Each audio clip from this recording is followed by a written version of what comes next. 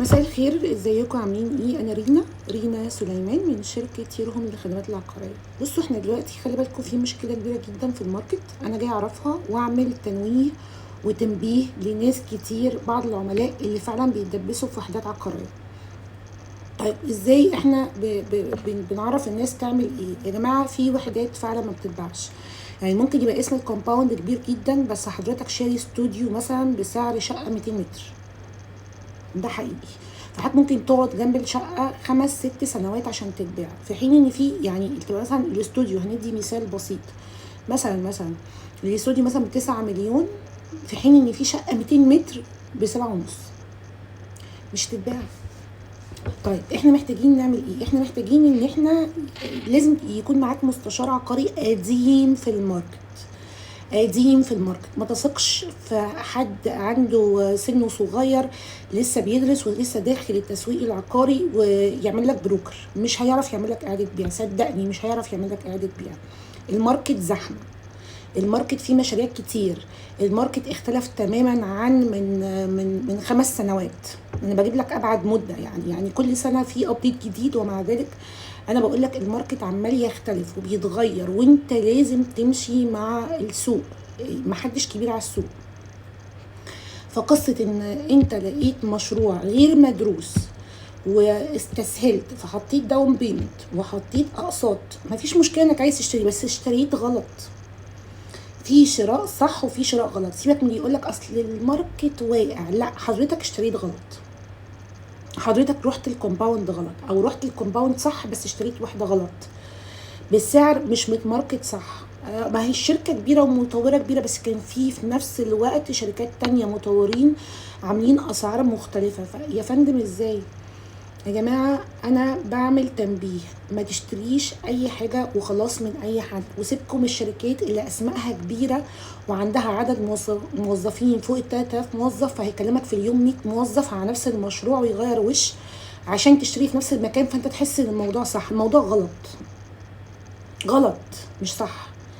يعني البروكر او اللي شاطر في وظيفته ما بيكلمش العميل 100 مره، هو بيكلمه كام مره كده، وبعد كده ما العميل ما اتكلمش، هو مش هيتصل بيه تاني، ان هو عارف حجمه وعارف قيمته وعارف ان العميل ده ما اتعاملش معاه، هو اللي خسران. لان الماركت النهارده غير مفهوم وغير واضح.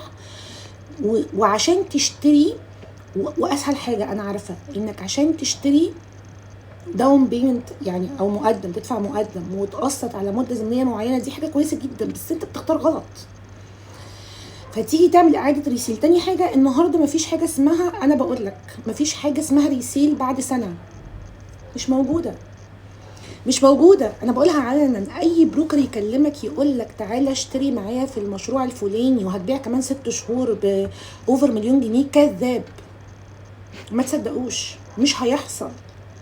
لازم يعدي فترة زمنية معينة، مش أقل من 2 3 ويفضل 4 سنوات لغاية ما تستلم وتكون بتشتري واحدة صح. واحدة صح دي تفاصيلها كتير، بتختلف من مشروع لآخر، من لوكيشن لآخر، من مطور لآخر، من الوقت نفسه.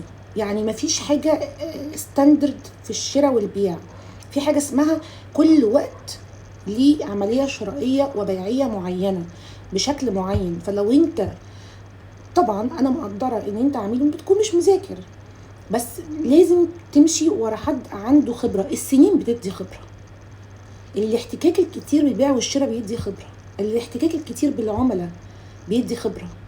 ما تعتمدش ابدا على شركه داخل فيها حد عنده 20 سنه و22 سنه يقول لك انا بروكر، ما تصدقوش، ما عندوش خبره. وانس ان انت خلصت الديل، تعالى كلمه في التليفون، هيقفل تليفونه ومش هيرد عليك، وناس كتير تشهد بده، لان الكيسز دي عندي كتير قوي، كتير. يعني انا بصراحه لما بتحرج من مالك ببقى مش عارفه اقول له ايه، بقول له فندم خليه يشتريها لك، يحاول يبيعها لك، هو ادرى الناس ببيعها. يقول لي رينا ما بيردش عليا وقفل تليفونه. والنهارده الراجل متورط والكلاينت متورطه، فيعني في اقساط. فيا جماعه انا مش عايزه اقول لكم ما تجروش ورا الاعلانات، بعضها بيكون صح وبعضها بيكون غلط. انت كمشتري عليك دور كبير جدا ان انت تختار البروكر اللي انت بتشتغل معاه. البروكر ده هو اللي دايم لك عدد سنين، لان هو اللي هيشتغل لك على الوحده، هو اللي اشتراك الوحده، هو اللي عارف الاسعار. مش اي لونش وخلاص، ومش اي مطور وخلاص، ومش اي لوكيشن وخلاص. لان انتوا في الاخر بتتدبسوا، بتعملوا بقى حاجتين: يا الا بتعملوا بترجعوا الوحده للشركه وبتخسروا رقم كبير جدا، وده قدامي والله العظيم، ده قدامي موجود. يا الا ان انتوا بتضطروا تبيعوا من غير اوفر وبرضه بتخسروا، لانكم هتضطروا تدفعوا عموله اللي جاي بيشتغل لكم، بتضطروا تتنازلوا عن بعض الارقام من قيمه الوحده عشان يعني انت هتعمل ايه؟ انت متعثر، فيا هتخسر جزء يا تخسر كل حاجه. فالعقل هنا بيقول لا، اخسر جزء، ده العقل يعني بيقول كده. فبجد انا بصراحه بيصعب عليا الناس دي. فانت مستر كلاينت من فضلك حاول انك تختار صح في المكان الصح في الوقت الصح. ما عنديش قاعده ثابته في السوق، السوق متغير، النهارده بكره السنه اللي فاتت اللي جايه، مفيش قواعد ثابته. وابعد عن المشاريع اللي بتتاخر في الاستلام لانك صعب الخروج منها. بس كده.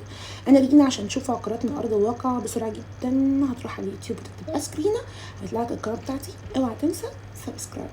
باي باي.